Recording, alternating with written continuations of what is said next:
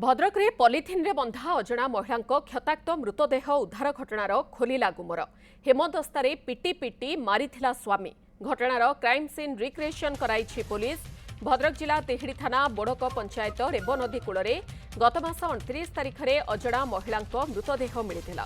ଘଟଣାସ୍ଥଳରେ ପୋଲିସ ପହଞ୍ଚି ମୃତଦେହକୁ ଜବତ କରି ତଦନ୍ତ କରିବା ସହ ସୋସିଆଲ ମିଡିଆରେ ମହିଳାଙ୍କର ଫଟୋ ଜାରି କରିଥିଲା।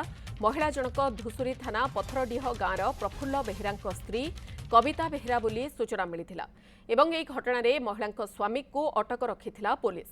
ତଦନ୍ତ ବେଳେ ପ୍ରଫୁଲ୍ଲ ବେହେରା ସ୍ତ୍ରୀ କବିତାଙ୍କୁ ହେମଦସ୍ତାରେ ପିଟି ପିଟି ହତ୍ୟା କରିବା ପରେ ବାଇକ୍ରେ ନେଇ ମୃତଦେହକୁ ରେବ ନଦୀ କୂଳରେ ଫିଙ୍ଗି ଦେଇଥିବା ସ୍ୱୀକାର କରିଥିଲା। ଏ ଘଟଣାରେ ପୋଲିସ ବ୍ୟବହୃତ ହେମଦସ୍ତାକୁ ଜବତ କରିବା ସହ କ୍ରାଇମ୍ ସିନ୍ ରିକ୍ରିଏସନ୍ କରାଇଛି। ଏଥିରେ ଅନ୍ୟ କାହାର ସମ୍ପୃକ୍ତି ରହିଛି କି ନାହିଁ ସେ ନେଇ ମଧ୍ୟ ଯାଞ୍ଚ ଚାଲିଥିବା ସୂଚନା ଦେଇଛନ୍ତି ତିହିଡି ଥାନା ଅଧିକାରୀ।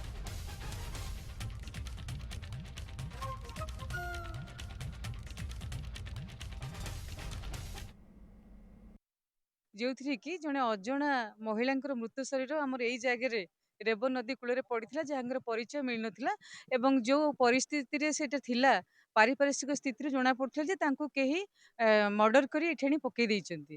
ତାପରେ ଆମେ ଏଇଟାକୁ ସୋସିଆଲ ମିଡ଼ିଆରେ ଆମର ମୁତପାଙ୍କର ଫଟୋକୁ ବହୁ ମାତ୍ରାରେ ଆପଣମାନଙ୍କ ସହଯୋଗରେ ଏବଂ ଯେତିକି ଆମର ଅଫିସିଆଲ ୱେବସାଇଟ୍ ଅଛି ସବୁଥିରେ ଆମେ ସେୟାର କରିଥିଲେ। ତାଙ୍କର ପରିଚୟ ମିଳିଥିଲା ଯେ ତାଙ୍କ ନାଁ ହେଉଛନ୍ତି Kabita Behera, wife of Prafulla Kumar Behera of Patharadiha ଥାନା ଧୁସୁରୀ ବୋଲି।